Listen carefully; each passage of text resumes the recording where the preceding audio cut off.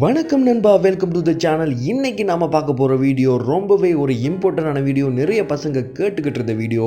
So ஒரு பொண்ணோட மனசை எங்களால் புரிஞ்சிக்கவே முடியலை. ஸோ அவங்கள ஈஸியாக புரிஞ்சிக்கிறதுக்கு எப்படி அவங்க எங்களை விட்டு எப்போவுமே போகாமல் இருக்கிற மாதிரி அவங்கள லவ் பண்ணுறது.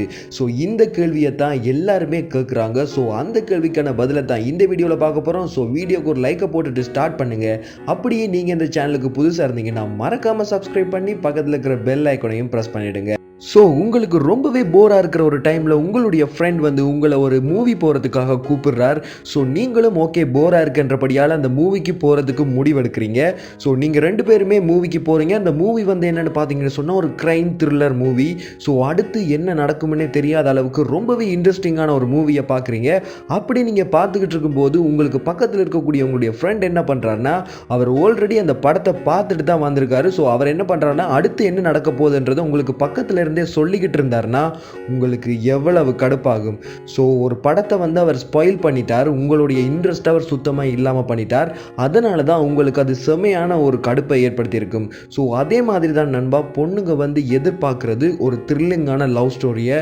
ஸோ ரொம்பவே போரிங்கான ஒரு லவ் ஸ்டோரியை கிரியேட் பண்ணக்கூடிய பசங்களால் அந்த பொண்ணை வந்து கண்டினியூவஸாக தன்னுடைய ரிலேஷன்ஷிப்பில் வச்சிருக்க முடியாது. ஸோ ஒரு பொண்ணு வந்து உங்களை விட்டுட்டு போகணும்னு முடிவெடுக்கிறாங்கன்னு சொன்னால், அல்லது உங்களை லவ் பண்ணக்கூடாதுன்னு சொல்லி அவங்க முடிவெடுக்கிறாங்கன்னு சொன்னால், அதுக்கு ஸ்ட்ராங்கான ஒரு ரீசன் என்னென்னு பார்த்தீங்கன்னு சொன்னால், நீங்கள் ரொம்பவே ஒரு போரிங்கான பர்சனாக இருந்திருப்பீங்க. ஸோ உதாரணமாக பாருங்கள், என்னென்னு சொன்னால், பொண்ணுங்களுக்கு வந்து கிஃப்ட் கொடுக்கும்போது அல்லது அவங்கள சர்ப்ரைஸ் பண்ணும்போது அவங்க ரொம்பவே ஹாப்பி ஆவாங்க.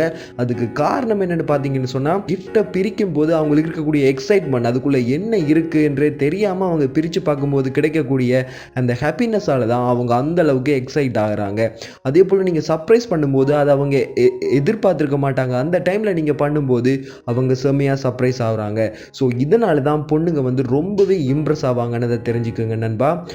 ஸோ ஒரு பொண்ணை வந்து நீங்கள் இம்ப்ரெஸ் பண்ணணும்னா ரொம்பவே மிஸ்டீரியஸான ஒரு பர்சனாக இருங்க. அதாவது உங்களை பற்றி அவங்க கெஸ் பண்ணவே கூடாது. நீங்கள் அடுத்து என்ன பண்ணுவீங்கன்னு அவங்களுக்கு தெரியவே கூடாது.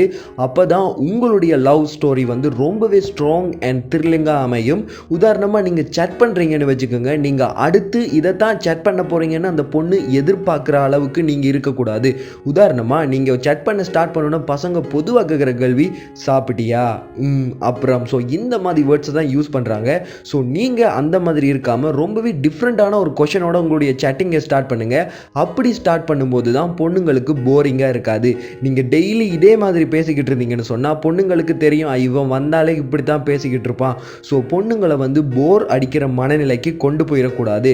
அதே போல் திடீர்னு அவங்க எதிர்பார்க்காத சமயத்தில் அவங்களுக்கு கால் பண்ணுங்கள், அவங்களுக்கு மெசேஜ் பண்ணுங்கள். அண்ட் அதே போல் அவங்களுக்கு திடீர் விசிட் ஒன்று கொடுங்க. அதே போல் நீங்கள் தொடர்ச்சியாக அவங்க எதிர்பார்க்காத சமயத்தில் அவங்களுக்கு கிஃப்ட் கொடுங்க, சர்ப்ரைஸ் பண்ணுங்கள். இப்படி நீங்கள் அடிக்கடி பண்ணிக்கிட்டே இருக்கும்போது பொண்ணுங்களுக்கு வந்து உங்களை பற்றின ஞாபகங்கள் அடிக்கடி வரும். அண்ட் அவங்க எப்போவுமே உங்களை விட்டு போகக்கூடிய மனநிலைக்கு வரமாட்டாங்க. அவங்களுடைய லவ் வந்து எந்த இடத்துலையும் போர் அடிக்கிற மனநிலைக்கும் வரமாட்டாங்க. ஸோ இந்த மாதிரி விஷயங்களை மனசில் வச்சுக்கிட்டு நீங்கள் செயற்பட்டீங்கன்னா மட்டும்தான் உங்களால் ஈஸியாக ஒரு பொண்ணை இம்ப்ரெஸ் பண்ணி கடைசி வரைக்கும் லவ் என்ற ரிலேஷன்ஷிப்பை மெயின்டைன் பண்ண முடியும். ஸோ எப்போவுமே இந்த மைண்ட் செட்டை நல்லா யோசித்து வச்சுக்கோங்க. இந்த வீடியோ பிடிச்சிருந்தா மறக்காம ஒரு லைக் பண்ணுங்க. அப்படியே நம்ம சேனலுக்கு சப்ஸ்கிரைப் பண்ணி பக்கத்தில் இருக்கிற பெல் ஐக்கனையும் பிரஸ் பண்ணுங்க. அதோட உங்களுக்கு எந்த மாதிரியான டவுட்ஸ் இருந்தாலும் மறக்காம கமெண்ட்ஸ்ல சொல்லுங்க.